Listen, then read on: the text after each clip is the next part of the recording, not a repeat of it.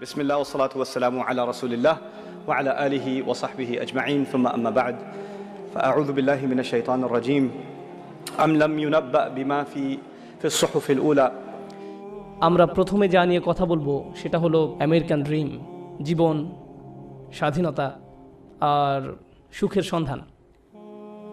ভালো কথা, আমি শুরু করব সুখের সন্ধান দিয়ে।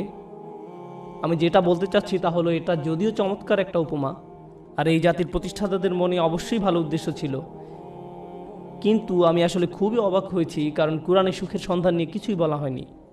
কোরআনে সুখের সন্ধান নিয়ে কিছুই বলা হয়নি। খুবই তাজ্জব ব্যাপার। আমি 15 বছর ধরে এটা বুঝতে চেষ্টা করেছি যে কোরআনে কোথায় এই সুখের সন্ধানের কথা বলা হয়েছে। আল্লাহ এই ব্যাপারে কথা বলেননি, কিছুই বলেননি। আর এটা আমাকে ভাবায় যে আধুনিক সভ্যতার জন্য এত গুরুত্বপূর্ণ একটা ব্যাপার, মানুষ সুখী হতে চায়, কিন্তু আল্লাহ এই ব্যাপারে কিছুই বলেননি। কোরআনে এটা বলা নেই কিভাবে সুখের সন্ধান পেতে হবে। আর এটা খুবই আকর্ষণীয় ব্যাপার যে কোরআনের সবচেয়ে বড় যে অনুভূতির কথা বলা হয়েছে তা হলো সন্তুষ্ট থাকা। এটাই সব থেকে বড় লক্ষ্য, সুখ নয়। কিন্তু এই দুইটি কিন্তু আলাদা জিনিস। সুখে থাকা আর শান্তিতে থাকা দুটো আলাদা বিষয়। এখন আমি আপনাদেরকে সাইকোলজির ব্যাপারে কিছু বলবো, খুবই আকর্ষণীয় কিছু বিষয়। আর এই তথ্যগুলো আমাদেরকে কোরআনের বাণী বুঝতে আরো বেশি সহায়তা করবে। আর আমার আলোচনার পুরোটা এই নিয়ে। আর এই বাণীটি আছে সূরা নাজমের মধ্যে, ওয়া আল্লাইসা লিল ইনসানি ইল্লা মা সাআ, এবং মানুষ তাই পায় যা সে করে। এখন আপনারা আমার সাথে থাকার চেষ্টা করুন।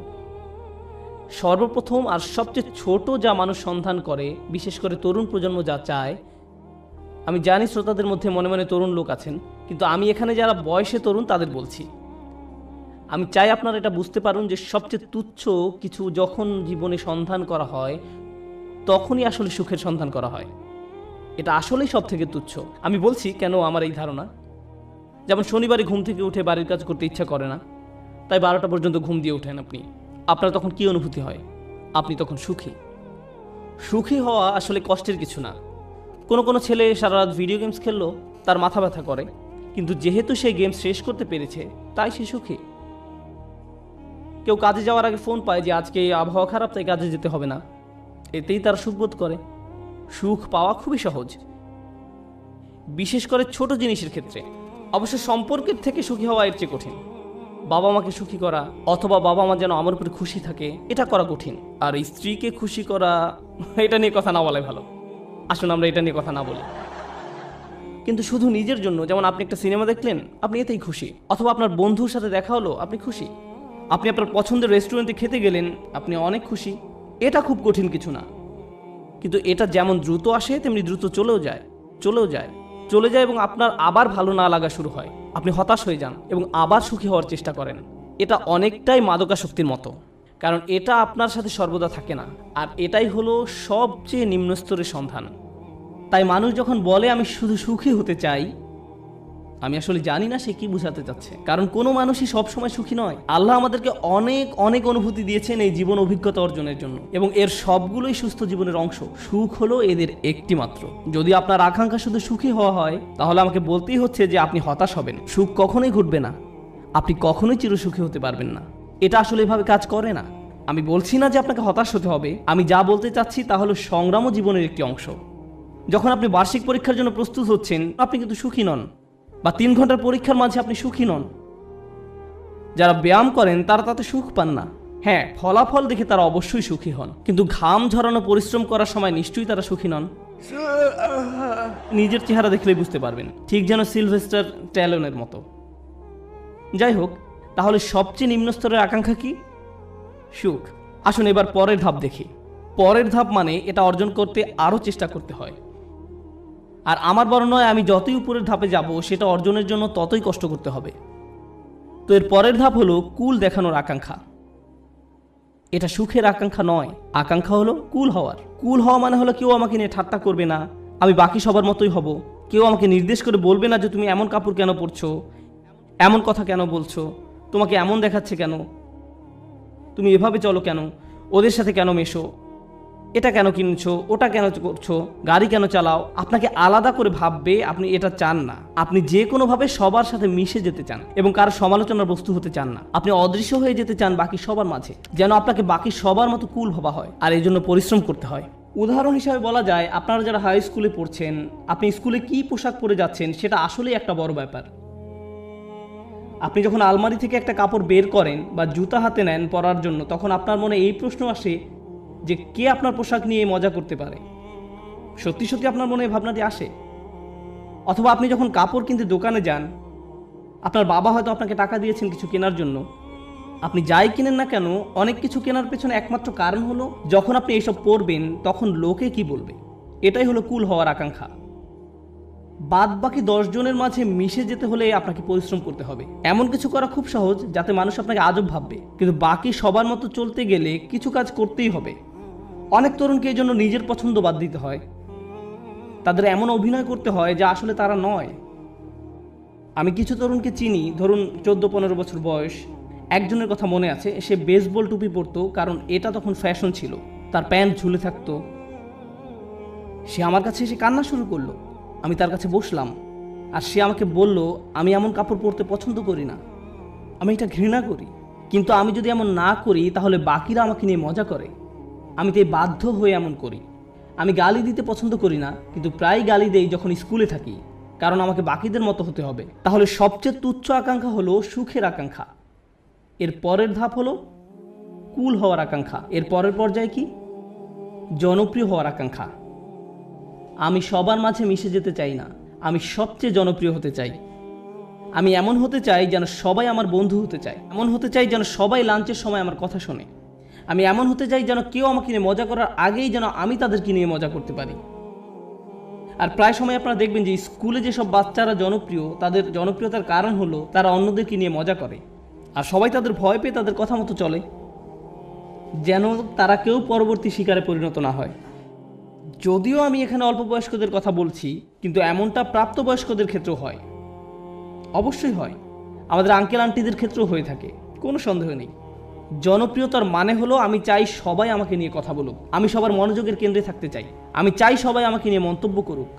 আমি কোনো ছবি পোস্ট করব, টুইট করব, ভিডিও বানাবো, যা কিছুই করি মানুষ যেন আমাকে নিয়ে কথা বলে। যখন আমাকে নিয়ে কথা বলা কমে যাবে তখন আমাকে নতুন কিছু আবার করতে হবে যেন মানুষ আমাকে নিয়ে মেতে থাকে। জনপ্রিয়তার আকাঙ্ক্ষা খুবই আজব একটি জিনিস, কারণ এর কারণে মানুষ নিজেই নিজের অপমান করে। যেমন মিউজিক ইন্ডাস্ট্রিতে যখন এমন হয় কোনো শিল্পীর গান খুব হিট করলো, সবাই সেই গান ডাউনলোড করলো, তারপর যখন তার জনপ্রিয়তা কমে গেল তখন তাকে নিজেকে অপমানিত করতে হবে, নোংরা ভিডিও বানাতে হবে বা কোনো কাহিনী তৈরি করা যেন পত্রিকাগুলো তাকে নিয়ে মেতে থাকে। অন্তত সেখানে জনপ্রিয়তা থাকবে, কারণ তারা নিজের গুণের কারণে আর জনপ্রিয়তা পাচ্ছে না, তাদের পরের গানগুলো বা ভিডিওগুলো আগের মতো বিক্রি হচ্ছে না। এটাই হলো জনপ্রিয়তার আকাঙ্ক্ষা। জনপ্রিয় হওয়ার জন্য পরিশ্রম করতে হয়, টাকা পয়সা খরচ করতে হয়, সময় দিতে হয়, নিজের ভাবমূর্তির জন্য কাজ করতে হয়, আর ভাবমূর্তি রক্ষা করাই তখন সবচেয়ে গুরুত্বপূর্ণ হয়ে যায়। সমাজে অবস্থান ধরে রাখাই তখন মুখ্য হয়ে দাঁড়ায়। এটা হলো পরের পর্যায়, কিন্তু এর উপরে আরও ধাপ আছে। এরপর এর উপরে রয়েছে আর এক ধরনের প্রচেষ্টা, সেটা হলো সম্মানের পেছনে ছুটে চলা। কলেজের ছাত্রদের কাছে এটা বেশি গুরুত্বপূর্ণ প্রাথমিক বা হাই স্কুলের ছাত্রদের চেয়ে। এইমাত্র আমি কি বললাম? সবার নিচে সুখ, তারপরে কি? কুল, সামাজিকতা, তারপর জনপ্রিয়তা। সম্মান মানে হলো আপনি আপনার নিজের সাথে এমন কিছু যুক্ত করতে চান যেটা অনেক মূল্যবান। আপনি মানুষকে বলতে চান, জানো আমি হার্ভার্ডে গিয়েছিলাম। আপনি তাদের বলেন না যে আপনি সেখানে সাপ্তাহিক ছুটি কাটাতে গিয়েছিলেন, আপনার বন্ধুর সাথে দেখা করতে গিয়েছিলেন, কিন্তু আপনি আপনার নিজের নামের সাথে একই বাক্যে হার্ভার্ড শব্দটা ব্যবহার করতে ভালোবাসেন। সত্যি কথা হলো, আপনি যদি হার্ভার্ডের নবীন ছাত্র হন, আপনি কি অর্জন করেছেন? কিছুই না। আপনি শুধু সেই ভার্সিটিতে পড়েন, কিন্তু আপনি নিজের নামের সাথে একটা সম্মানিত প্রতিষ্ঠানের নাম যোগ করতে পছন্দ করেন। নিজের নামের সাথে একটা মর্যাদাপূর্ণ ব্র্যান্ডের নাম যুক্ত করতে আপনার ভালো লাগে, আপনার নির্দিষ্ট ব্র্যান্ডের পোশাক পরতে ভালো লাগে, এবং যদি ব্র্যান্ডের লেবেল দেখা না যায় আপনি অন্য মানুষের সাথে এমনভাবে কথা বলেন যেন তারা বাধ্য হয়ে প্রশ্ন করে আপনি এটা কোথা থেকে কিনেছেন। আপনি যেন বলতে পারেন যে এটা আরমানি ব্র্যান্ড বা এটা কিছু একটা, কারণ আপনি চান নিজের নামের সাথে সেই ব্র্যান্ডের নাম যুক্ত করতে। নতুন কোনো ব্র্যান্ডের গাড়ি বাজারে আসলে কোন গাড়ি আপনি চালাচ্ছেন, কোন ধরনের পোশাক আপনি পরছেন, কোন ধরনের মানুষের সাথে আপনি মিশছেন। সেলফি এজন্য তোলে না যেন আপনি তাদের মনে রাখতে পারেন, আপনি এজন্য সেলফি তোলেন যেন ছবিটা পোস্ট করতে পারেন, যেন অন্য মানুষ আপনাকে বেশি গুরুত্বপূর্ণ ভাবে, কারণ আপনি সেই বিশেষ ব্যক্তির পাশে দাঁড়িয়ে আছেন। এটা সম্মানের একটা ব্যাপার হয়ে দাঁড়ায়। ছবি তোলা যদি শুধু আপনার জন্য হয় তো দারুণ ব্যাপার, কিন্তু এটা আসলে অন্য মানুষদের জানানো যে আপনি কতটা অসাম অন্যদের সাথে মিলে কোনো কিছু অর্জন করতে পারার জন্য নয়। কিন্তু মুসলিম সমাজে অন্য এক ধরনের মর্যাদা আমাদের বাবা মারা অনেক সময় পান, আর তা হলো তারা তাদের সন্তানকে হাফেজ বানাতে চান। এবং ডাক্তার। আর যদি হয় হাফেজ ডাক্তার তাহলে তো কথাই নেই, তারা দিন ও দুনিয়া দুটোই পেয়ে গেছে। রব্বানা আতিনা ফিদ দুনিয়া হাসানা ওয়া ফিল আখিরাতি হাসানা, কাজ এখানেই হয়ে গেছে। কিন্তু তারা মানুষকে বলতে পছন্দ করে যে জানো সে একজন হাফেজ। কিন্তু দুর্ভাগ্যবশত এর জন্য আপনি আপনার সন্তানকে কোরআনে হাফেজ বানাননি। কিন্তু এমনটাই ঘটে থাকে। আমরা এখন কোন পর্যায়ে আছি? সম্মান। এটা অনেক বড় ব্যাপার হবে যখন আপনি আপনার প্রথম চাকরিটা পাবেন, হয়তো মাইক্রোসফট বা অন্য কোথাও, কে জানে। ধরেন আপনি বড় কোথাও চাকরি পেলেন, হয়তো গুগলে। তারা আপনাকে আপনার ব্যাজ দিবে, যেটা আপনি মসজিদেও পরে আসেন। যেন কেউ প্রশ্ন করে যে তুমি কি অনেক বেশি গুগল ব্যবহার করো যে তারা তোমাকে একটা বিশেষ ব্যাজ দিয়েছে, আর আপনি তখন বলার সুযোগ পান না না আমার সেখানে চাকরি হয়েছে। আপনি মানুষকে জানাতে চান যে আপনি কি অর্জন করেছেন। তাফাখুরুম বাইনাকুম, কুরআনে এটাকে এভাবেই বলা হয়েছে। অন্যদের দেখানোর ইচ্ছা যে আপনার কি মর্যাদা আছে। যাই হোক, আমি আবার একদম নিচ থেকে শুরু করতে চাই। প্রথমে কি ছিল? সুখ। দ্বিতীয় সামাজিকতা। তৃতীয় জনপ্রিয়তা। চতুর্থ সম্মান। তার উপরে টাকার পিছনে ছুটে চলা। কিছু মানুষ আছে যারা সুখকে পাত্তা দেয় না, তারা সামাজিকতার কথা ভাবে না, তারা জনপ্রিয়তা চায় না, এমনকি সম্মানও নয়। একটা জিনিসকেই তারা গুরুত্ব দেয়, আর সেটা হলো টাকা। তারা জানে কিভাবে অনেক টাকা উপার্জন করতে হয়। এই মানুষগুলো ময়লা জামা, পুরনো ছেঁড়া জিন্স পরে থাকে, 88 মাজদা মিয়াটা গাড়ি চালায়, কিন্তু এই সব নিয়ে তাদের কোনো ভ্রুক্ষেপ নেই। কারণ তারা মাসে $10 মিলিয়ন উপার্জন করে। আমার এমন মানুষের সাথে দেখা হয়েছে যারা বছরে শত মিলিয়ন ডলার উপার্জন করে, এবং আপনি বুঝবেনই না সেটা। কারণ তার চুল উস্কো ফুস্কো, তার মধ্যে এক অন্যরকম ভাব আছে যে সে ব্যস্ত, বা ব্যস্ততার জন্য নাও হতে পারে, কারণ সে এগুলো পাত্তাই দেয় না। সে শুধু জানে কিভাবে ব্যবসা করতে হয়। ব্যবসায় সে একটা বিস্ময়, আর সেটা নিয়েই সে শুধু চিন্তা করে। সে খালি এটাই চিন্তা করে যে বিক্রয় কিভাবে বাড়ানো যায়, কিভাবে ব্যবসার আরো সম্প্রসারণ হবে, কিভাবে আমি নতুন ওয়্যার হাউস খুলবো। সুবহানাল্লাহ, তারা অবিশ্বাস্য ধরনের মানুষ। যাই হোক, ময়ের উপরে উঠলে কি আরো কঠোর পরিশ্রম করতে হয়। সুখী হতে কোনো পরিশ্রম করতে হয় না, সবার মতো হতে কিছু পরিশ্রম করতে হয়। জনপ্রিয় হতে আরো কিছু কাজ করতে হয়। সম্মান বা সম্মানিত কিছুর সাথে জড়িত হওয়ার জন্য আরো শ্রম দিতে হয়। অনেক টাকা কামাতে হলে অনেক শ্রম দিতে হয়। এক অবিশ্বাস্য রকমের কর্মস্পৃহা লাগে। তারা কোনো বিরতি নেয় না। এর উপরেও উঁচু স্তর আছে। যাই হোক, আমি যখন বলছিলাম কিছু একটা করতে বেশি শ্রম দিতে হয়, যখনই আমি কোনো উঁচু লেভেলের কথা বলি, আপনাকে সেখানে যেতে বেশি কষ্ট সহ্য করতে হবে। আপনাকে যন্ত্রণা সহ্য করতে হবে সেখানে পৌঁছাতে। সুতরাং আমরা এখন টাকার উপর লেভেলে আছি, আর টাকার উপরে সেই মানুষটা শুধু 1 নম্বর হতে চায়। তারা যে কোনো কাজে চরম উৎকর্ষতা অর্জন করতে চায়। তারা অন্যদের ছাড়িয়ে যেতে চায়। আমি শুধু আমার কোম্পানির প্রোগ্রামার হতে চাই না, আমি এই কোম্পানির শীর্ষস্থানীয় প্রোগ্রামার হতে চাই। আমি শুধু এই ক্লাসের ছাত্রই হতে চাই না, আমি 1 নম্বর হতে চাই। আমি শুধু এসএটি পরীক্ষায় বেশি নম্বর পেতে চাই না, আমি সর্বোচ্চ নম্বর পেতে চাই। আমি শুধু বাস্কেটবল খেলোয়াড় হতে চাই না, আমি NBA তে যেতে চাই, আর আমি MVP হতে চাই। কখনোই খুশি হতে পারে না। তারা শুধু নিজেদেরকে আরো কঠোর পরিশ্রম প্রচেষ্টা চালাতেই থাকে। তারপরেও তারা নিজেদেরকে নিয়ে সন্তুষ্ট হতে পারে না। এই ধরনের মানুষরা তাদের কাজে চরম উৎকর্ষ অর্জন করতে সক্ষম হয়। সেটা পড়াশোনায় হোক, শরীরচর্চায় হোক, বা অ্যাথলেটিক হোক, তাদের কর্মক্ষেত্রে, তাদের গবেষণা যাই হোক না কেন, তারা তাদের শীর্ষস্থান অর্জন করা চাই। তাদের 1 নম্বর হতে হবে। নিজেদের নিয়ে কখনোই খুশি হতে পারে না। তারা নিজেদেরকে কার সাথে তুলনা করে এটা জানা খুব গুরুত্বপূর্ণ। নিজেকে তারা গতকালকের সাথে তুলনা করে। তারা আর কাউকেই পাত্তা দেয় না, কারো দিকে তাকায় না। তারা জানে তারা আরো ভালো করতে পারে, তাই তারা কখনোই সন্তুষ্ট হতে পারে না। তারা কখনো কাজ না করে বসে থাকে না। তারা সব সময় বলতে থাকে আমাকে আরো কাজ করতে হবে। অন্য সবাই হয়তো বলবে আপনি সত্যি বিস্ময়কর, কি চমৎকার কাজ করেছেন আপনি, তো তাতে কি, আমি জানি এর চেয়েও ভালো করার ক্ষমতা আমার আছে। তাই তারা মানুষের প্রশংসা, সুনাম কিছুকেই গুরুত্ব দেয় না। যারা ভাবে যে তারা আসলে দারুণ কাজ করছে, কিছুকেই গুরুত্ব দেয় না। তারা চেষ্টা করেই যায়। আর এমন একটা উদাহরণ হলো মাইকেল ফেলপস, ঠিক কিনা? কত মানুষ তার প্রশংসা করেছে সব রেকর্ড ভেঙে ফেলার জন্য। কিন্তু আপনার কি ধারণা যে সে বসে ভাবছে আমি তো রেকর্ড ভেঙেছি, এখন আমার সম্মান আছে, তাই আমি এখন কিছুটা অবসর নিতে পারি? সে কি অর্জনের চেষ্টা করেছে? উৎকর্ষতা। তাই সে কখনোই সন্তুষ্ট হতে পারবে না, সে চেষ্টা করতেই থাকবে মেশিনের মতো, সামনে যেতেই থাকবে যেতেই থাকবে আরও দ্রুত গতিতে। এমন মানুষ দুনিয়াতে খুব কমই আছে, খুবই কম। অনেকেই এখানে বসে আছেন যারা স্কুলে পাশ করার গ্রেড পেলেই খুশি, তখনই তারা সুখের খোঁজে প্লে স্টেশন নিয়ে খেলতে বসে যায়। আবার এমনও মানুষ আছে যারা 99 পেলেও নিজের উপর অসন্তুষ্ট হয়, কিভাবে আমি এই ভুলটা করলাম। এমনটা সাধারণত ছেলেরা করে না, মেয়েরা করে। উৎকর্ষতা অর্জনের ব্যাপারে কথা বলতে বলতে আরও একটা কথা বলতে চাই যে আমি জীবিকা অর্জনের জন্য কি করি। আমার সত্যিকার অর্থে কোনো চাকরি নেই, কিন্তু আমার ক্যারিয়ারের একটা অংশ হলো যে আমি কম বয়স্ক ছেলে মেয়েদেরকে আরবি শেখাই। এটা একটা বেশ ইন্টেন্সিভ প্রোগ্রাম। তাদের আরবি কিছুটা শেখাতে 9 মাস লেগে যায়।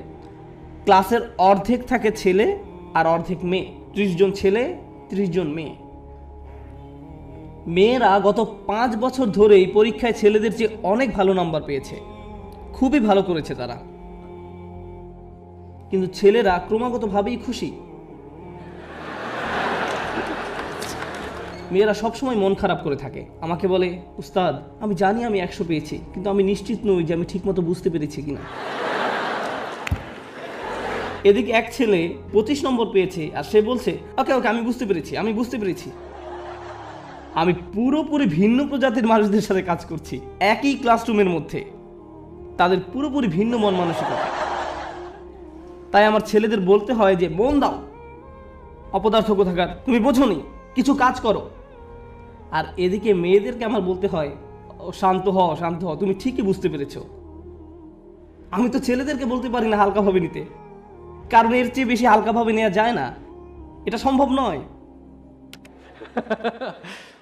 সুতরাং আমরা কোথায় পৌঁছেছি, কি নিয়ে কথা বলছিলাম? ও ঠিক আছে, আমাকে একটু সাহায্য করুন। একদম নিচ থেকে আবার শুরু করতে চাই। সুখ, সামাজিকতা, জনপ্রিয়তা, সম্মান, টাকা, উৎকর্ষ। উৎকর্ষের উপর কি থাকতে পারে? উৎকর্ষের উপরও একটা কিছু আছে, আর সেটা হলো প্রভাব। প্রভাব। আমি কি পেলাম সেটা গুরুত্বপূর্ণ নয়। আমি গুরুত্ব দেই না যদি আমি অন্যদের চেয়ে বেশি টাকা উপার্জন করি। আমি পাত্তা দেই না যদিও আমি 1 নম্বর, আমার কাছে সেটা গুরুত্বপূর্ণ নয়। আমি অন্যদের জন্য কিছু করতে চাই, আমি একটা উত্তরাধিকার রেখে যেতে চাই। যখন আমি চলে যাব দুনিয়ার বুকে আমি আমার চিহ্ন রেখে যেতে চাই যে আমি কিছু একটা করেছি যেটা এই জায়গাটাকে অন্যদের জন্য আরো ভালো জায়গায় পরিণত করেছে। আমি প্রভাব বিস্তারকারী ব্যক্তি হতে চাই অন্য জিনিসের উপরে এবং অন্য মানুষের উপরে, আমার চারপাশের পরিবেশের উপরে। আমরা এখন অমুসলিমদের কথা বলছি, আমরা এখনো বিশ্বাসীদের কথা বলছি না। আমরা জানি এমন মানুষ আছে যারা MBA শেষ করেছে সবচেয়ে ভালো ভার্সিটি থেকে, যারা হয়তো লাখ টাকা স্যালারি পেতে পারতো ভার্সিটি থেকে বের হয়ে, তারা সেই বেতন ত্যাগ করে এমন প্রতিষ্ঠানে যোগ দিচ্ছে যারা সামাজিক দায়বদ্ধতার জন্য কাজ করে। তারা অনেক কম বেতন নিচ্ছে কারণ তারা টাকায় বিশ্বাস করে না, তারা অনেক বেশি প্রভাবের উপর বিশ্বাস করে। তাই তারা বরঞ্চ এমন প্রতিষ্ঠানের সাথে কাজ করছে যারা শিক্ষা পদ্ধতিকে পুনর্গঠন করতে সাহায্য করছে। বা কোনো ডাক্তার যে হয়তো অনেক টাকা উপার্জন করতে পারতো, যে রেসিডেন্সি শেষ করে কাজে যোগদান করতে প্রস্তুত, সেই সময় সিদ্ধান্ত নিল যে সে 3 বছর ডক্টরস উইদাউট বর্ডার্স NGO-তে কাটাবে। আপনি এমনটা শুনেছেন কখনো? আপনার জীবনের ঝুঁকি থাকে এদের সাথে কাজ করতে। যুদ্ধ বিধ্বস্ত অঞ্চলেরা মানবিক কাজ করে। কিন্তু কেন এই ছেলেটা যাচ্ছে, কেন এই মেয়েটা যাচ্ছে? কারণ পয়সা আসা শুরু করলে আমি কোন ধরনের গাড়ি কিনবো সেটা নিয়ে দুশ্চিন্তা না করে সে বেশি চিন্তিত পৃথিবীতে সে কি প্রভাব রেখে যেতে পারবে সেটা নিয়ে। তারা সাহায্য করতে চায়, তারা ভালো কিছু করতে চায়। আর এই ধরনের নিঃস্বার্থপরতা খুব কম মানুষেরই থাকে, কম মানুষেরই থাকে। এই মইয়ের যত উপরে আমরা যাই ততই কম মানুষ আপনি পাবেন। আর তারা বিস্ময়কর মানুষ। তারাই হচ্ছেন সেই মানুষ যারা দুনিয়ায় পরিবর্তন এনেছে, যারা দুনিয়ায় পরিবর্তন এনেছে। চিন্তা করুন নেলসন ম্যান্ডেলা বা তার মতো কেউ, এমন মানুষ যাদের জেলে যেতে হয়েছে কারণ তারা কোনো কিছুতে বিশ্বাস করতেন, কারণ তারা প্রভাবে বিশ্বাস করতেন, তারা নিজের চেয়েও বেশি কিছু করতে চান, তারা বৃহৎ স্বার্থে নিজেদের বলি দিয়েছেন, তারা নিজেদের কথা চিন্তাই করেননি, তারা কোনো এক উদ্দেশ্যের দাস।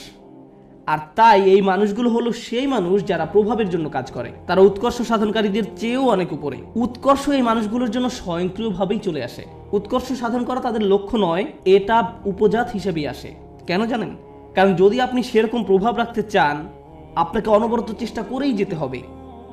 আপনি হয়তো ভাবতে পারেন যে প্রভাব সৃষ্টি এটাই হয়তো সর্বোচ্চ শিখর, কিন্তু না, এর থেকেও বড় কিছু আছে। এর উপরে আছে চূড়ান্ত সত্য। কেউ কেউ ন্যায়ের খোঁজ করে, কেউ কেউ সত্যের খোঁজ করে, কেউ কেউ আদর্শের খোঁজ করে। যারা ন্যায় বিশ্বাস করে, আর ন্যায় এমন একটা জিনিস সেটা আপনি পরিপূর্ণভাবে দুনিয়াতে দেখবেন না, দেখবেন, কিন্তু তারা এর পরোয়া করে না, তারা এটার জন্যই কাজ করেন। ও আরেকটি ব্যাপার, যখন আপনি এমন কিছু করতে চান যেটার দুনিয়াতে কোনো নজির নেই, তখন সেটা করাটাই সবচেয়ে কঠিন কাজ। তখন যদি আপনি সামান্য একটু পরিবর্তন দেখেন, তাতেও আপনি উদ্দীপ্ত হয়ে যান, আপনি অনুপ্রাণিত হন এবং এটি আপনাকে আরও সামনের দিকে এগিয়ে নিয়ে যায়। কিন্তু আপনি যখন এমন একটা আদর্শের জন্য কাজ করবেন, ন্যায়ের জন্য, আপনি হয়তো ন্যায় কখনোই দেখবেন না, কখনোই দেখবেন না। এই লোকেরা কেমন করে নিজেদেরকে অনুপ্রেরণা দিবে যখন তারা এমন কিছুর জন্য কাজ করে যেটা দেখা যাচ্ছে না? এরাই হচ্ছে সবচেয়ে অসাধারণ, সবচেয়ে সহনশীল ব্যক্তি। একবার তারা একটা আদর্শের পিছনে পড়লো, সবাই তাকে পাগল ভাবলো, কিন্তু তার কিছু এসে যায় না, তারা এগিয়েই চলেন। তাই এখন আমি শুরু করতে চাচ্ছি একদম সর্বোচ্চটা দিয়ে, যেটা হলো সত্যের খোঁজ। প্রসঙ্গত বলে রাখি যে আমাদের সকল নবী আলাইহিস সালামের পথে ছিল সত্যের অন্বেষণ, সত্যের অন্বেষণ। তারা মানুষের সাথে সত্যটা শেয়ার করতে আগ্রহী ছিলেন। এবং অনেক সময়ই রাসূলুল্লাহ সাল্লাল্লাহু আলাইহি ওয়াসাল্লাম হাদিস থেকে আমরা জানি কিয়ামতের দিন অনেকেই, মানে অনেক নবী আল্লাহর সামনে দাঁড়াবেন যাদের পেছনে কোনো অনুসারীই থাকবে না, একজন অনুসারীও নয়, এক বা দুই না, একেবারে শূন্য, শূন্য। তাদের লক্ষ্যটা কি ছিল? সত্য। তাদের প্রভাব কতটুকু ছিল? শূন্য। কিন্তু আল্লাহর দৃষ্টিতে তারা পুরোপুরি সফল। হ্যাঁ নাকি না? হ্যাঁ। এখন আমাদেরকে একটা জিনিস বুঝতে হবে, আমরা আবার এই শ্রেণী বিভাগেই যাচ্ছি, কিন্তু আমি শুধু শেষের 4টার উপরে ফোকাস করছি, অথবা হয়তো শেষ 5টার উপরে। প্রথমে কথা বলি উৎকর্ষ। আপনি যখন উৎকর্ষের খোঁজ করেন, তখন আপনি কাকে নিয়ে কখনো সন্তুষ্ট থাকেন না? নিজেকে নিয়ে। প্রশ্ন হলো, কেন আপনি নিজেকে নিয়ে সন্তুষ্ট নন? কারণ আপনি নিজেকে শুধু উন্নতিই করতে চান না, এটা কারণ নয়। যদি আপনি ইসলামের দৃষ্টিকোণ থেকে আলোচনা করেন, আপনি নিজেকে নিয়ে সন্তুষ্ট নন এই কারণে যে আপনার প্রত্যেকেরই প্রভাব সৃষ্টির চেষ্টা করার কথা ছিল। আপনার নিজেকে নয়, বরং অন্যকে নিয়ে চিন্তা করার কথা ছিল, আর এই কারণে আপনি নিজেকে নিয়ে সন্তুষ্ট হতেন না। আপনি যা ভাবছেন, আল্লাহ আসলে আপনার উপর তার থেকেও বেশি দায়িত্ব দিয়েছেন। আমি চাই যে আপনারা দুটো জিনিস নিয়ে চিন্তা করুন। এটা কোরআনের একটি অন্যতম শক্তিশালী বক্তব্য। যেহেতু এটা পরিষ্কারভাবে অনুবাদ করা হয়নি, তাই অনেক সমস্যা সৃষ্টি করে। লা ইউকাল্লিফুল্লাহু নাফসান ইল্লা উসআহা। আল্লাহ কোনো ব্যক্তির উপরই বোঝা দেন না। এখন যেই অংশটা আসছে সেটা হচ্ছে দুর্বল অনুবাদ, তাদের সাধ্যের অতিরিক্ত। আল্লাহ আপনার উপর সেই বোঝা চাপাবেন না যা আপনি বহন করতে পারবেন না।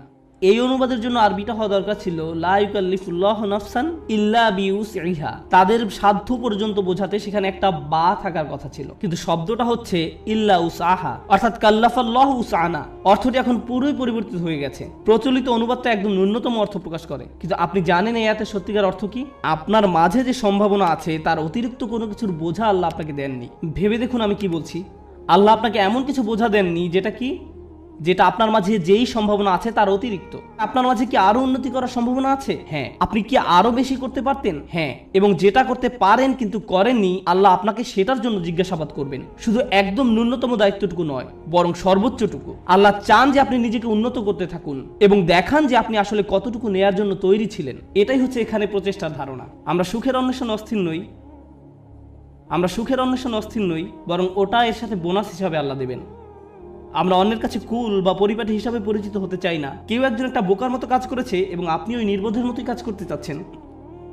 আমরা কারো কাছে জনপ্রিয় হতেও আগ্রহী নই। কেন জানেন?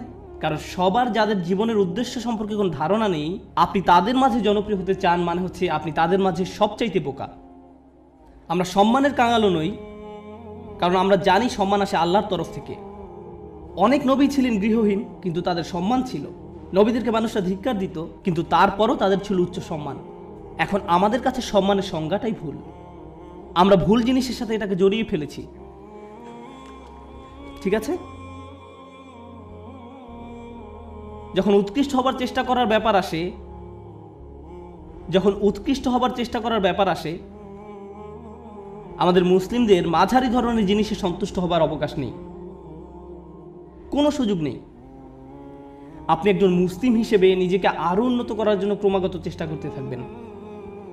আপনি যে কাজই করে থাকেন না কেন, আপনি যদি মুখস্থ করে থাকেন তাহলে আপনি আরো বেশি মুখস্থ করার চেষ্টা করুন। আপনি যদি পড়াশোনা করে থাকেন তাহলে আরো বেশি পড়াশোনার চেষ্টা করুন। আপনি যদি কাজ করে থাকেন তাহলে আপনি আরো বেশি কাজ করার চেষ্টা করুন। আপনি যদি স্বেচ্ছাসেবী হয়ে থাকেন তাহলে আরো বেশি স্বেচ্ছাসেবা করার চেষ্টা করুন, বিশেষভাবে যখন আপনার বয়স কম। কারণ এখন দায়িত্ব অনেক কম, কিন্তু আমার হোমওয়ার্ক আছে।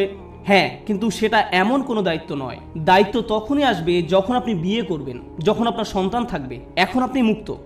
এখন আপনার যে স্বাধীনতা আছে সেটা জীবনের আর কোনো পর্যায়েই থাকবে না। পেছনে বসে ভিডিও গেমস খেলার সময় নয় এটা। এখন শুধু বসে থেকে মুভির পর মুভি দেখা, মুভির পর মুভি দেখার সময় নয়। এখন সময় নয় যে নতুন অ্যাভেঞ্জার্স বা এরকম কিছু নিয়ে আপনি ব্যস্ত থাকবেন। এটা সেই সময় নয়। পুরো পৃথিবী অপেক্ষা করছে আপনি কি প্রভাব ফেলবেন দুনিয়াতে সেটার জন্য। আপনি এমনি এমনি বসে সময় নষ্ট করতে পারেন না। অন্যরা করতে পারে, ভালো, তাদের কোনো বৃহত্তর লক্ষ্য নেই, কিন্তু আপনাকে হতে হবে শ্রেষ্ঠ, কারণ আপনি এখন থেকেই প্রভাব সৃষ্টি করা নিয়ে চিন্তা করেন।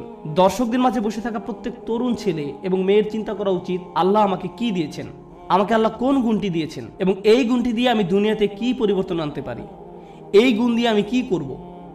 আর আপনি যখন এটা নিয়ে চিন্তা করবেন তখন আপনি সত্যিকারভাবে বুঝতে পারবেন আপনি কিসের জন্য কাজ করছেন। আপনি কাজ করছেন আল্লাহর সাথে দেখা হবার স্বপ্ন নিয়ে, এবং সেটাই হচ্ছে আমাদের আসল সত্য। আপনি আল্লাহকে এটা দেখাতে চান যে আপনি আপনার সামর্থ্যের মধ্যে যা আছে তার সবটুকু করেছেন। সবচেয়ে ভালো ঘুমের অভ্যাস আপনার থাকা উচিত, সবচেয়ে ভালো খাবার, সবচেয়ে ভালো ব্যায়াম করার অভ্যাস আপনার থাকা উচিত। আপনার হওয়া উচিত সবচেয়ে ভালো ইবাদতকারী। আপনার হওয়া উচিত সবচেয়ে পড়াশোনায় উন্নত। আপনার জীবনে আপনি যা যা করে থাকেন প্রত্যেকটি কাজে আপনার উৎকর্ষ অর্জনের চেষ্টায় রত হতে হবে। আপনার বাজে জাঙ্ক খাবার খাওয়ার অভ্যাস ত্যাগ করা উচিত। আপনি এমন কেউ হবেন না যারা অযথা ঘুরে ফিরে আড্ডা দিয়ে সময় নষ্ট করে। আপনি অবশ্যই অবসর কাটাবেন, কিন্তু এমনকি যখন আপনি খেলবেন তখনও সবচেয়ে ভালো খেলুন। স্কুলের বা কলেজের অন্য ছেলেরা যখন তাকে দেখবে তারা বলবে আমি এর মতো হতে চাই। তার সবকিছু অসাধারণ, তার সবকিছুতেই সে চ্যাম্পিয়ন। আপনাদের তেমন লোক হওয়া উচিত।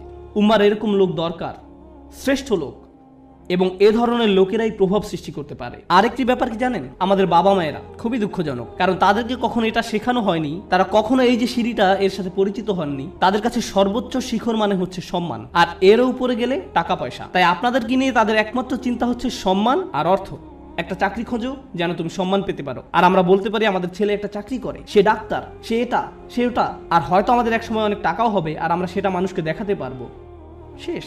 এটাই তাদের একমাত্র চিন্তা। আর তারা সবসময় জিজ্ঞাসা করে তুমি কোথায় কাজ করবে, কেমন করে তুমি আরো টাকা রোজগার করবে, কখন আমরা বাড়ি কিনবো। সবকিছুই শেষ হয় সম্মান এবং অর্থতে গিয়ে। কিন্তু জীবনে এর উপরেও কিছু আছে। অর্থের উপরে কি? টাকা পয়সা, উৎকর্ষ। কে আপনাকে উৎকর্ষ বা শ্রেষ্ঠত্ব অর্জনের দিকে ধাবিত করবে? আমরা শুধু অর্থ এবং সম্মান নিয়ে চিন্তা করতে করতে জীবন শেষ করে ফেলি। মুসলিমদের মাঝে কত ছেলে মেয়ে ডাক্তার হয়েছে, আমি সবসময় তাদের উদাহরণটাই দিই, কারণ এদেরকেই সবচেয়ে বেশি হতাশ দেখি আমি। তারা ডাক্তার হয়েছে শুধুমাত্র এই কারণে যে তাদের মা বলেছে কিংবা বাবা বলেছে। আমি কখনোই আমার কোনো সমস্যা হলেও এরকম ডাক্তারের কাছে যেতে আগ্রহী নই। আমি বরং এমন কারো কাছে যাব যে ডাক্তার হয়েছে কারণ তারা মানবতার সেবা করতে চায়। তারা তাদেরকে নিয়ে চিন্তা করে। তারা দুর্নীতিগ্রস্ত ইন্স্যুরেন্স কোম্পানি থেকে পরবর্তী টাকা আসার অপেক্ষা করে না। তারা আসলে মানবতা নিয়ে চিন্তিত। আমি এই ধরনের ডাক্তারের সাথে সম্পর্ক রাখতে, নিজে এবং বাচ্চাদেরকে নিয়ে যেতে আগ্রহী। প্রভাব সৃষ্টিকারী ব্যক্তি। এখন এই ব্যাপারে আমার শেষ কথা, লাইসা লিল ইনসানি ইল্লা মা সা। মানুষের কিছুই থাকবে না শুধুমাত্র তারা যে চেষ্টা করেছে তা ছাড়া। আবার শুরু করি। সুখের সন্ধান, কুল, সামাজিক বা পরিবারটি হওয়ার বাসনা, জনপ্রিয় হবার আকাঙ্ক্ষা, সম্মান পাবার আকাঙ্ক্ষা, অর্থপ্রাপ্তির আকাঙ্ক্ষা, উৎকর্ষ লাভের আকাঙ্ক্ষা, প্রভাব সৃষ্টিকারী হবার ইচ্ছা এবং সত্য পাবার প্রচেষ্টা। জানেন আল্লাহর কাছে সবচেয়ে মূল্যবান কোনটি? এই সব কিছুর মাঝে আল্লাহর কাছে সবচেয়ে প্রিয় হচ্ছে আপনার প্রচেষ্টা। অর্থ নয়, প্রভাব না, শ্রেষ্ঠত্ব না, এই সব কিছুই আসবে, কিন্তু আল্লাহ আপনার কাছ থেকে যেটা দেখতে চান সেটা হচ্ছে প্রচেষ্টা। আমি আপনাদের বলেছি নবী আলাইহিস সালামদের কথা, যারা শেষ বিচারের দিন আল্লাহর সামনে দাঁড়াবেন কতজন উম্মত নিয়ে? 0। কিন্তু তারপরেও আল্লাহ তাদেরকে জান্নাতের সর্বোচ্চ আসনে আসীন করবেন, কারণ আল্লাহ সম্মান জানাবেন তাদের প্রত্যয়কে, তাদের প্রচেষ্টাকে, তাদের চারিত্রিক দৃঢ়তাকে। তারা কঠিন সময়ে পড়েছিলেন এবং তারা সেটা মোকাবেলা করেছেন। যদি আপনি নূহ আলাইহিস সালামের প্রতি বছরের একটা প্রোগ্রেস রিপোর্ট দেখতে চান, চলুন একটা গ্রোথ চার্ট বানিয়ে দেখি কতজন মানুষ মুসলিম হয়েছে প্রতি বছর, যেমনটা করা হয় প্রতি বছর প্রতিবেদনে। কতজন মানুষ মুসলিম হয়েছে প্রতি বছর? 950 বছর। চার্ট নিশ্চয়ই ঊর্ধ্বমুখী ছিল না, বরং সেটা ছিল অপরিবর্তনশীল, এমনকি কখনো কখনো হয়তো নিম্নমুখীও ছিল। কেউ হয়তো ইসলামের খুব কাছাকাছি এসেছে, আবার দূরে সরে গেছে। এর মানে কোনো প্রভাব তৈরিই হয়নি। আমরা নূহ আলাইহিস সালামের কোন জিনিসটাতে এত সম্মান করি? ক্রমাগত এবং ক্রমাগত প্রচেষ্টা। আমাদেরকে হতে হবে ক্রমাগত প্রচেষ্টারত এবং প্রত্যয়ী মানুষ। আল্লাহর সামনে দাঁড়ানোর মতো কিছুই থাকবে না যদি আমাদের এই প্রচেষ্টাটুকু না থাকে। তরুণরা দয়া করে মনোযোগ দিয়ে শুনেন আমি কি বলছি। একটু চিন্তা করো, তোমার জীবনের সার্থকতা কোথায়? যদি তোমার জীবন মানে হয় শুধু একটা ভিডিও গেম থেকে অন্য ভিডিও গেম, যদি তোমার জীবন মানে হয় শুধু টিভি শোয়ের একটা পর্ব থেকে অন্য পর্ব, তুমি কিসের জন্য চেষ্টা করছো? এতে কি আসে যায় যদি তুমি একটা ভিডিও গেমে ট্রফি জিতো অথবা 100% সিনক্রোনাইজেশন পাও? এতে কি আসে যায়? কি এমন হবে এতে? পৃথিবীর জন্য তা কোনো পরিবর্তনই আনবে না। তুমি কতগুলো পুশ আপ করতে পারো এটা কেউ গুরুত্ব দেয় না। তোমাকে এর চেয়ে বেশি কিছু চিন্তা করতে হবে, এর চেয়ে বড় উচ্চ মর্যাদাশীল কিছু চিন্তা করতে হবে। এবং যখন তুমি সেটা করা শুরু করবে, আল্লাহ তোমাকে সুখ দিবেন। যখন তুমি সত্যিকার অর্থেই চেষ্টা করবে, জীবনটা তখন অর্থবহ হবে। আর জীবনটা যখন অর্থবহ হবে, সুখ এবং আনন্দ এনে দেবে। যখন তোমার জীবনে কোনো প্রচেষ্টা থাকবে না, তখন জীবনের কোনো অর্থ তুমি খুঁজে পাবে না। তুমি তখন কোনো কিছুতেই কোনো সুখ বা আনন্দ খুঁজে পাবে না। তুমি যতই গান শোনো, তুমি যতই ঘুরতে বেড়াতে যাও, যতই পার্টি করো, তোমার জীবনে কখনোই সুখের দেখা পাবে না। তোমার সব সময় বিরক্ত লাগবে, নিজের কাছে নিজেকে ভালো লাগবে না। গুরুত্বপূর্ণ হচ্ছে প্রত্যয়, যেটা তোমাকে উপলব্ধি করতে হবে। তোমাদের তরুণ প্রজন্মকে হতে হবে অসম্ভব এবং অসম্ভব প্রত্যয়ী। আল্লাহ বলছেন ওয়ান্না সায়াহু সাওফা ইউরা। আমার খুবই পছন্দের একটি আয়াত, এবং আমি এই আয়াতটি দিয়েই শেষ করতে চাই। এবং তার প্রচেষ্টা বা প্রত্যয় খুব শীঘ্রই দেখা যাবে। তার চেষ্টা খুব শীঘ্রই কি দেখা যাবে। এ প্রসঙ্গে আমি বলতে চাই, তুমি যখন কাউকে তোমার রিজিউম দেখাও, আমি অমুক স্কুল থেকে গ্র্যাজুয়েট হয়েছি, আমি অমুক জায়গায় কাজ করেছি, অমুক প্রজেক্টে কাজ করেছি, তখন তুমি তোমার রিজিউমে লেখো তোমার রেজাল্ট নাকি তোমার প্রচেষ্টা? তুমি তোমার প্রচেষ্টার কথা লিখো না, তুমি লিখো তোমার রেজাল্টের কথা। তুমি লেখো না যে তুমি আসলে অনেক কঠোর পরিশ্রম করেছো ফাইনাল সেমিস্টারে এবং পরীক্ষাটা দিতে গিয়ে অর্ধমিত হয়ে গিয়েছিলে। এগুলো তুমি তোমার সিভিতে লেখো না। তুমি লেখো তুমি অমুক প্রজেক্টে কাজ করেছো, কিন্তু এটা লেখো না যে তোমাকে অনেক অনেক কষ্ট করতে হয়েছে, তাই নয় কি? শুধু তাই নয়, কিছু কিছু সময় তুমি অনেক চেষ্টা করো কিন্তু তুমি পাশ করতে পারো না।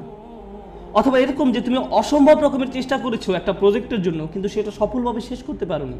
অথবা তুমি তোমার আশানুরূপ গ্রেড পাওনি, যেটা তোমার পাওয়া উচিত ছিল। আমরা মানুষেরা মানুষকে কিসের ভিত্তিতে বিচার করি? আমরা মানুষকে বিচার করি রেজাল্ট দিয়ে। আমার এতে কিছু যায় আসে না যে তুমি কতটা চেষ্টা করেছো, তুমি আমাকে ফলাফল এনে দিতে পারোনি। আমার এতে কিছুই আসে যায় না যে তুমি কতটা চেষ্টা করেছো, তুমি পাশ করতে পারোনি, গ্রাজুয়েট হতে পারোনি। বুঝতে পেরেছো ব্যাপারটা? কিন্তু আল্লাহ তোমার বিচার তোমার রেজাল্ট দিয়ে করবেন না। আল্লাহ তোমার বিচার করবেন কিসের ভিত্তিতে? প্রচেষ্টা। আল্লাহ বলছেন এবং তার প্রচেষ্টা, তার অধ্যবসায়গুলো খুব শীঘ্রই দেখা যাবে। এটা একটা অসাধারণ ব্যাপার, কেননা পৃথিবীর বুকে কোনো মানুষই আমার প্রচেষ্টা দেখবে না, কোনো মানুষই আমার প্রচেষ্টা দেখবে না। আমি তোমার প্রচেষ্টা দেখব না, অথবা তুমি আমার প্রচেষ্টা দেখবে না, কিন্তু তিনি হচ্ছেন শুধুমাত্র আল্লাহ, যিনি আমাদের প্রচেষ্টা অধ্যবসায়গুলো দেখবেন। আমরা সবাই দেখি ফলাফল, আমরা হচ্ছি ফলাফল সর্বস্ব মানুষ। আল্লাহ হচ্ছেন বিচারক, যিনি দেখেন প্রচেষ্টা। সুবহানাল্লাহ, কতই না মহান আমাদের প্রভু। কেউ তোমার প্রচেষ্টার মূল্য দিবে না এক আল্লাহ ছাড়া, সুতরাং কখনোই তোমার প্রচেষ্টাকে খাটো করে দেখবে না। মানুষ হয়তো মূল্য দিচ্ছে না তুমি যে কাজগুলো করছো, এবং তুমিও সাথে সাথে ভাবতে শুরু করে দাও যে এগুলোর আসলেই কোনো মূল্য নেই। কিন্তু মনে রেখো, এটা মূল্যবান আল্লাহর কাছে। আল্লাহর কাছে এটা অত্যন্ত মূল্যবান। আজকের আলোচনা ওই অংশটা বিশেষভাবে বোনদের জন্য ছিল, কারণ তারা কঠোর পরিশ্রম করে এবং তাদের মনে হয় এই চেষ্টায় কোনোভাবেই কিছু হবার নয়। ছেলেরা এমন নয়, কারণ ছেলেরা কোনো খাটুনি করে না এবং তারা মনে করে যে আমি অনেক করেছি, আমি কত কঠোর চেষ্টা করেছি। ছেলেরা নিজেদের সাথে মিথ্যাচার বন্ধ করো। তোমাদের নিজেদের এটা বলা বন্ধ করতে হবে যে তুমি যথেষ্ট করেছো। তোমার অলসতা দূর করতে হবে। ভাইরা, শয়তান তোমাদের ধ্বংস করে দিচ্ছে, সে তোমাদের ধ্বংস করছে। তোমরা এত অলস। নিজেদের কাছে যুক্তি দেওয়া বন্ধ করো এবং কাজ করো, বেশি করে কাজ করো, আবেদন করতে থাকো, করতেই থাকো, অন্যদের সাথে এই ব্যাপারে কথা বলতে থাকো, নেটওয়ার্কিং করো। থেমে যেয়ে বলো না যে আমি সব রকম চেষ্টা করেছি তারপর ফল পাইনি। না, তুমি সব রকমের চেষ্টা করোনি। উদ্যম হারিও না। এটা করা তোমাদের শিখতে হবে। তোমরা তোমাদের বোনদের কাছ থেকে শেখো। তারা হলো একটু অপেক্ষা করো, আমি তোমাদের ব্যাপারেও বলবো। কিছুক্ষণ পরেই তোমরা আর খুশি হবে না। তোমাদের সমস্যা কি জানো? সুখের সন্ধানের কথা এখন ভুলে যাও। তোমাদের সমস্যা হলো তোমরা সর্বদা নিজেদের ব্যাপারে অনিশ্চিত। তোমরা সবসময় ভাবছো আমি যথেষ্ট নই বা আমি হিসেবের মধ্যেই নেই। হাততালি থামাও। তোমাদের ব্যাপারগুলো সহজভাবে নিতে হবে। তোমাদেরকে বলছি না, তোমাদের এমনিতেই সবকিছু যথেষ্ট, হালকাভাবে নাও। মাশাআল্লাহ, মাশাআল্লাহ। অপরপক্ষে তোমাদের শান্ত হওয়া দরকার। আমার এমন বন্ধুদের সাথে দেখা হয়েছে যারা ইসলাম নিয়ে পড়াশোনা করছে, তারা কোরআন শিক্ষা করছে, কিন্তু আমার এখনো সব শব্দ শেখা হয় নাই। হ্যাঁ ঠিক আছে, ঠিক আছে আন্টি, শান্ত হন। আপনার সব মুখস্থ হয়নি। আল্লাহ আপনাদের ফলাফলে আগ্রহী নয়। তিনি কিসের প্রতি আগ্রহী? তিনি আগ্রহী আপনার প্রচেষ্টায়। আপনার প্রচেষ্টায় ফলাফল নিয়ে উদ্বিগ্ন হওয়া বন্ধ করুন। আপনি আবার ফল নিয়ে খুব দুশ্চিন্তা করবেন না। আপনি এখনো যা জানেন না, যেটা এখনো অর্জন করতে পারেন নাই, সেটা নিয়ে আপনি বড্ড বেশি ভাবেন। অর্জন নিয়ে চিন্তা করা বন্ধ করুন এবং আন্তরিক, অকৃত্রিম, সর্বোচ্চ যতখানি সম্ভব চেষ্টা করে যায়। আমি বলছি এমনটা করলে আল্লাহর কাছ থেকে ফলাফল আসবেই, কিন্তু সেটা তার সময়সূচি অনুযায়ী আসবে, আপনার নয়। দুইজন মানুষ একদম একই পরিমাণে চেষ্টা করবে, কোনো একজন দেখা যাবে তার চেষ্টার ফলাফল নগদে পেয়ে যাবে এবং কাউকে বছরের পর বছর অপেক্ষা করতে হবে সমানভাবে ফল পাওয়ার জন্য। এটা আল্লাহর হাতে। এজন্য আপনি বলতে পারেন না সে তো অনেক সুফল পেয়ে গেল আর আমি কিছুই পেলাম না, আমরা তো একই রকমের চেষ্টা করলাম। এটা ঠিক না, না না না, এটা পুরোপুরি অন্যায্য। কারণ সেই হিসেব আল্লাহর কাছে ন্যস্ত এবং আল্লাহ শুধু এটাই দেখতে চেয়েছেন যে আপনি কতটা চেষ্টা করেন। ধরুন দুজন মানুষ একদম একই পরীক্ষা দিল। আমার ক্লাসে এমনটা ঘটেছিল, তারা একদম একই পরীক্ষা দেয়। একজন অনেক বেশি পরিশ্রম করে, সে দিন রাত সারাক্ষণ পড়াশোনা করে। এই প্রোগ্রামে আসার আগে সে আমার বন্ধু ছিল, আমরা দুজন বন্ধু ছিলাম। আমি এখন তার